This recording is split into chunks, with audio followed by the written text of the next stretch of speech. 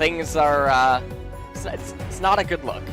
It's not a good look, Valdez. I think no. This is one of those drafts where T1 actually has a winning draft. When they have a winning draft, it's pretty scary.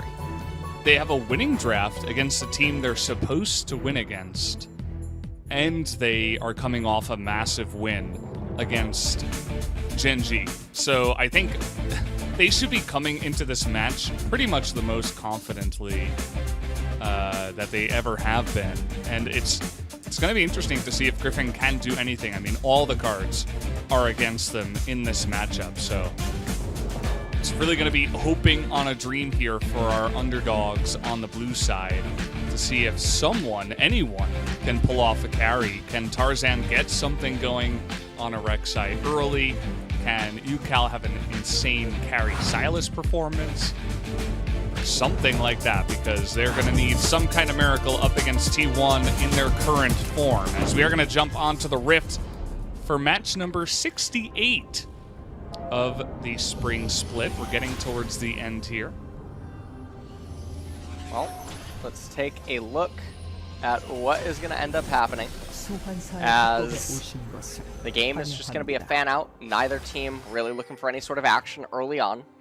We've seen a couple of these matchups in recent times, and it is going to be the fasting Senna. He plays towards the side of where his jungler is. He knows that Rek'Sai can't come from the left side. That's why he's on the left side of the lane. And now Tarzan is actually going to share XP with UCal. So this is though, and that's why Cuz is backing him up in close proximity.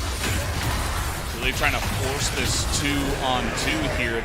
Really nice pillar to get Tarzan out of that burrow, and Cuz just going to walk away, not really successfully pushing in the lane, and they're still chasing after him. He will absolutely have to flash to get away from this one.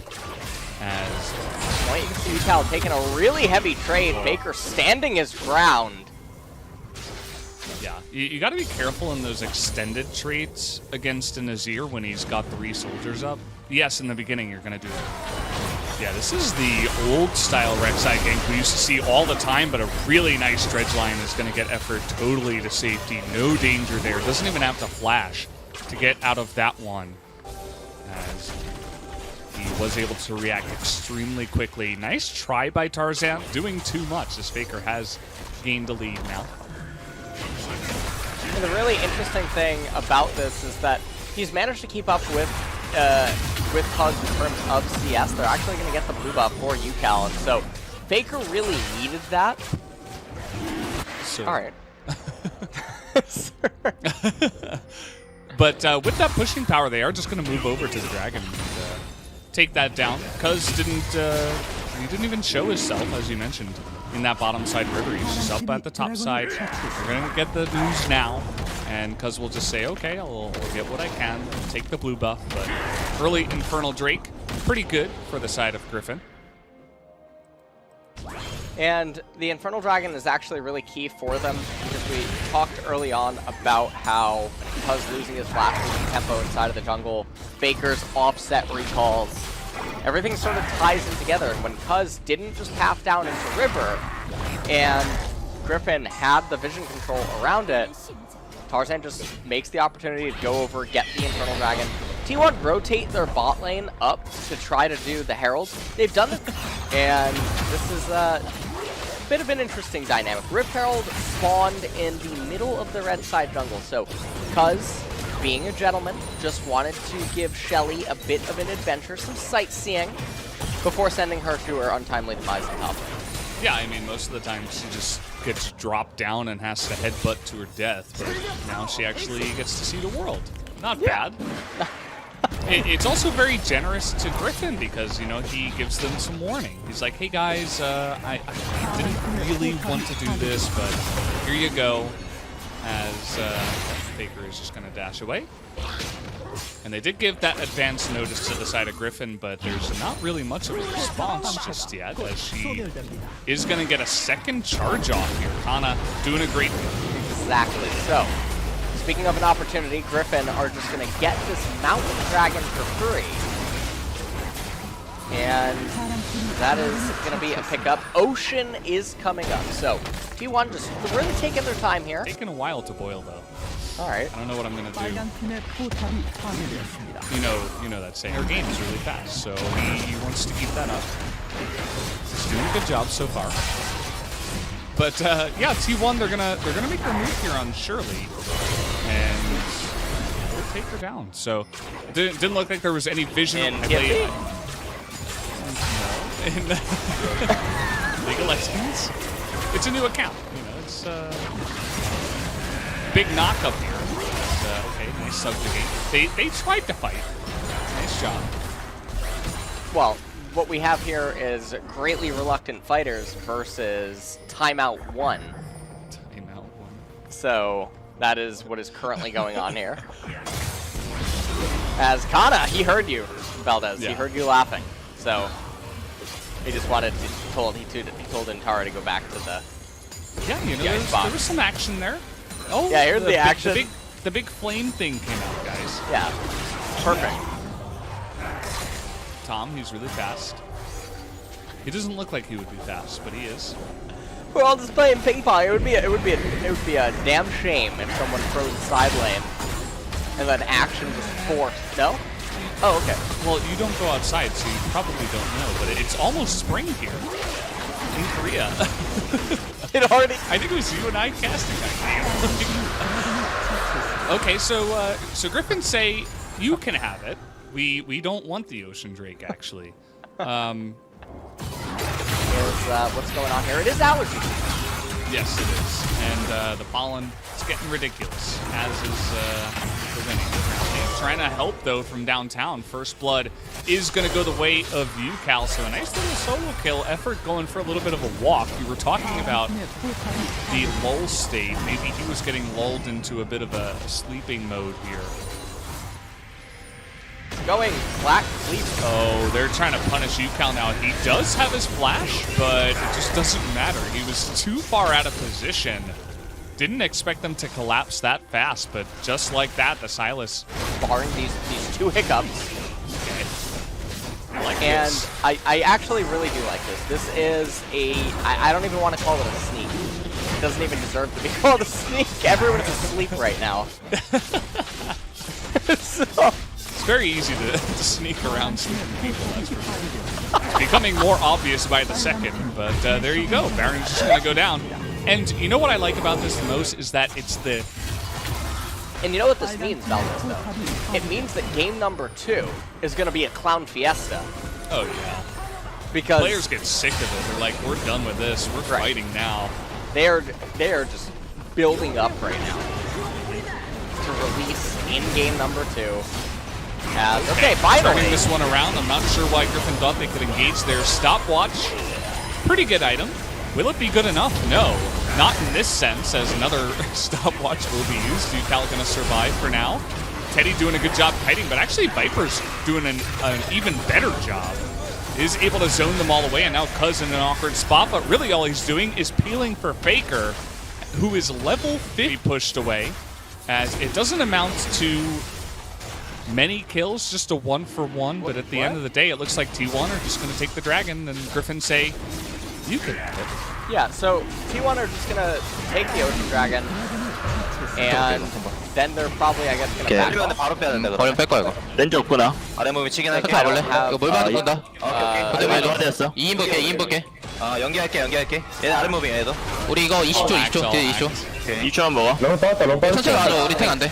그 20초 15초 20 seconds. 20 seconds. The Thomas 10 is Timothy. about to die. Oh, Timmy.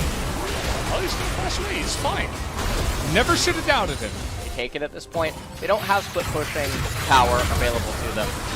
The only thing that they can do is hope that Effort or Kana are constantly overextended or something of that nature. As T1 now looking to raise the top tier 2 turret. And Stuck and somehow was not able to land that engage as the stun comes down onto Tarzan, the root rather, as the stopwatch. Not going to help him out here too much. He's able to avoid a lot of that damage with his own ultimate. Untara all alone on the right side will go down, as Faker is just wreaking havoc over the rest of the team here, although now he's out of mana. and it is not going to matter. Takes out 1 and 2, goes down in the end, but that is a ace going the way of T1, the one team fight that looks to end this game. Yeah, and so they have the minion wave in mid. Death timers are at about 30 seconds on the key targets that could be able to resist. Obviously, Tarzan's going to come up, but Rek'Sai is not the greatest wave clearer. It does look like, actually, though, with the absence of Faker and Trundle not having come over, they're not even going to try to push on for a Nexus turret or something of that regard. Instead, Trundle going to pin. Yep, that is absolutely what we are expecting here. So, looking to hard engage Faker. He's just going to get hit right in the front, maybe a little bit too aggressive that time around. He's going to get assassinated by the Rek'Sai. Overconfidence coming out of Faker here in this game. And a pretty big mistake as now Griffin will be able to win this fight and move on to greener pastures. Where will they go? They're looking at the Baron as Tarzan is going to loop around. T1 say, sure, go ahead. We'll just take one more Ocean Drake that will get us one away from that Ocean Soul. With the mid lane pushing, T1 actually don't seem to mind too much. Yeah, so the minion RNG ends up going in Griffin's favor. Generally, mid inhibitors don't raise Nexus turrets. It's often the ones in the side lanes that can give more games. I mean, we have 12 kills, but remember the manner in which they occur. Go down at the end of it all, though, as Cuz is also going to be baited into this one, a double kill. Finally, that Rek'Sai for Tarzan somehow finding some... Is known for their resilience and their ability to remain calm and not really overreact to situations, but definitely some uncharacteristic choices being made by them as they're out on the map for no real reason. If Azir is just at the turrets, Griffin can't reliably actually push, and now Griffin is potentially going to raise the top inhibitor, which that one's not the end of the world, because top inhibitor, you're always going to be in close proximity to the potentially super minions in top lane could do something. Now take a look at this. Faker cancels his recall. He thinks that he's safe. Look out, waiting in the distance. Dawning Shadow comes out. Faker's barely able to live and bring down the Silas. What a close encounter as Cuz trying to make... Will he be able to follow up from here, trying to get that first damage down with the Rumble, but it's not going to be enough, and even Tom Pence is going to be baited into this one, as down will he go as well. That's a couple of members of Griffin going down right before this Ocean Drake spawns. I have a really interesting thing with you I want to actually talk about in the replay. The stars have to really align for something like this to happen, but I think it's a pretty interesting thing to talk about because it's really hard to think about in the moment. I think it's something that you have to do a lot beforehand. Viper is behind enemy lines right now. He got away. He did manage to escape. That's crazy. Kana TP'd in there, and he was just too scared to go straight into 3 members. His team was pretty far behind, so... Tom Kench in this whole team fight debacle thingy-majiggy. Kana ends up going into Guardian Angel. Dawning Shadow comes out, deals a lot of damage to Viper. Renekton finally able to kill Yukal. Now imagine T1 doesn't kill Tom. They just sort of hug him and follow him. We do have a fight breaking out there. We'll get to that a little bit later as Teddy is going to be knocked up here. Zhonya's helping out for Yukal, but they're chasing him down. Kana, bit awkward of a position, but it looks like he is going to be okay. Drake getting low, but T1 do not want to go for a 50-50. They want better odds. And that has always been what T1 has been about.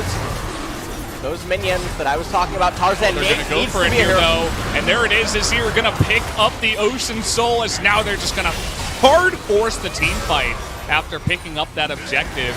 They've got to save their base, though. Azir going in alone. Faker is going to be taken out here. And now Viper is autoing from behind. Here's Yukal in the base.